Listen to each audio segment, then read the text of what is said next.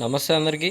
చూస్తూ ఉన్నాం కదా, మన గౌరవ ఉప ముఖ్యమంత్రి శ్రీ కొణితెల పవన్ కళ్యాణ్ గారు ఏదైతే రొటేటర్ కఫ్ ఇంజరీతో బాధపడుతూ 3 గంటలన్నర సర్జరీ చేయించుకుని అతిపెద్ద సర్జరీగా ఆయన ఇన్ని రోజులు హాస్పిటల్లో ఉండి డిశ్చార్జ్ అవ్వడం జరిగింది. అయితే ఈ విషయం అన్నట్లో మనం మాట్లాడుకోవాల్సింది 3 పాయింట్ల గురించి మాట్లాడుకోవాలి. ఒకటి, ఇంత బాధను భరిస్తూ ఇన్ని రోజులు మౌనంగా తన పని తాను చేసుకుంటూ ఆ బాధను భరిస్తూ ముందుకు సాగినందుకు ఆయన్ని మనం అందరం కూడా అభినందించాలి. రెండోది, చాలా హుందాతనమైన విషయం ఇది. ఏంటంటే పవన్ కళ్యాణ్ గారు ఒక ఎమ్మెల్యే అయ్యుండి, ఒక మంత్రి అయ్యుండి, ఒక రాష్ట్రానికి ఉప ముఖ్యమంత్రి అయ్యుండి కూడా ప్రభుత్వ ధనంలోంచి చిల్లి గవ్వ కూడా ఖర్చు పెట్టకుండా ఆయన సొంత నిధులతోనే హాస్పిటల్ ఖర్చులన్నీ భరించడం జరిగింది. ఇక మూడో విషయానికి వస్తే, మన వైఎస్ఆర్సీపీ బులుగు మీడియా మిత్రులు అంబటి రాంబాబు గారు ఎంత వ్యంగ్యంగా మాట్లాడుతూ పవన్ కళ్యాణ్ గారిని విమర్శించారో మనందరం చూసిందే విషయం. అయితే ఎంత బాధాకరం అంటే, ఒక వ్యక్తి అంత బాధలో ఉండి కూడా అలాంటి వ్యక్తిని కూడా వీళ్ళు ఈ విధంగా విమర్శించడం అనేది చాలా బాధాకరమైన విషయం. ఎందుకంటే ఈ మాట చెప్పడం చాలామంది కామెంట్స్లో నేను చేసిన వీడియోకి అంటా ఉన్నారు, గులకరాయితో ఎవరో కొడితే జగన్ని పవన్ కళ్యాణ్ విమర్శించలేదా అని అడుగుతున్నారు. ఏమయ్యా, మీకు మీరు ప్లాన్ చేయించుకొని చేసిన విషయం అది.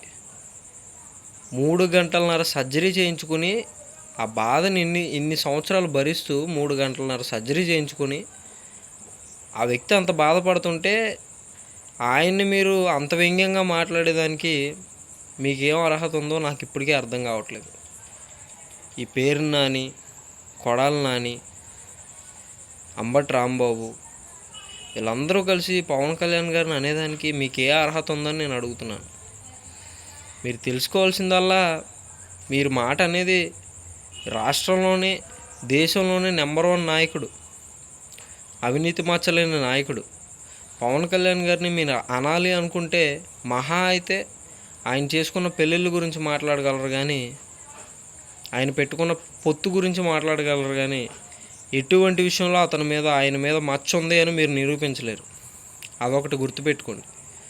మా నాయకుడు, మేము నమ్మినోడు గొప్పోడు. మేము గుండెల మీద చేసుకుని ఈరోజు గౌరవంగా సగౌరవంగా తెలియజేసుకుంటాం ఆ విషయాన్ని. మాకెంతో గౌరవం, అది మాకెంతో గౌరవప్రదం కూడా.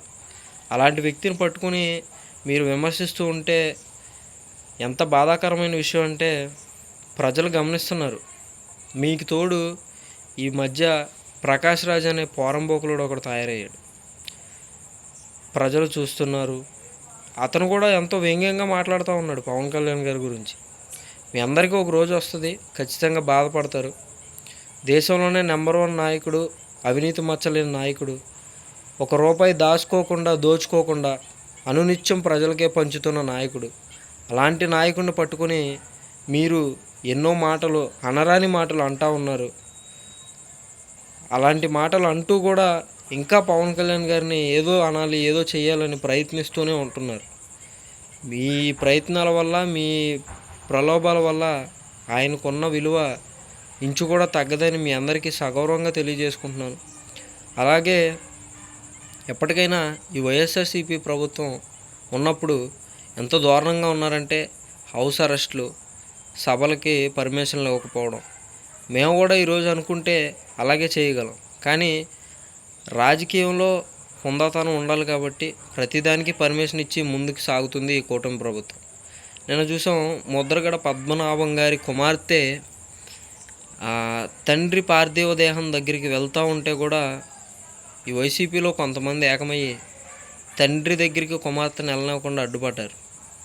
ఎంత దారుణమైన విషయం అంటే, ఇది ఒక తండ్రిని కడసారి చూపు చూడకుండా అడ్డుకున్నటువంటి వైఎస్ఆర్సీపీ కొంతమంది నాయకులు, అక్కడ కూడా అంబటి రాంబాబు, జక్కంపూడి రాజా లాంటి వ్యక్తులు ఉన్నారు.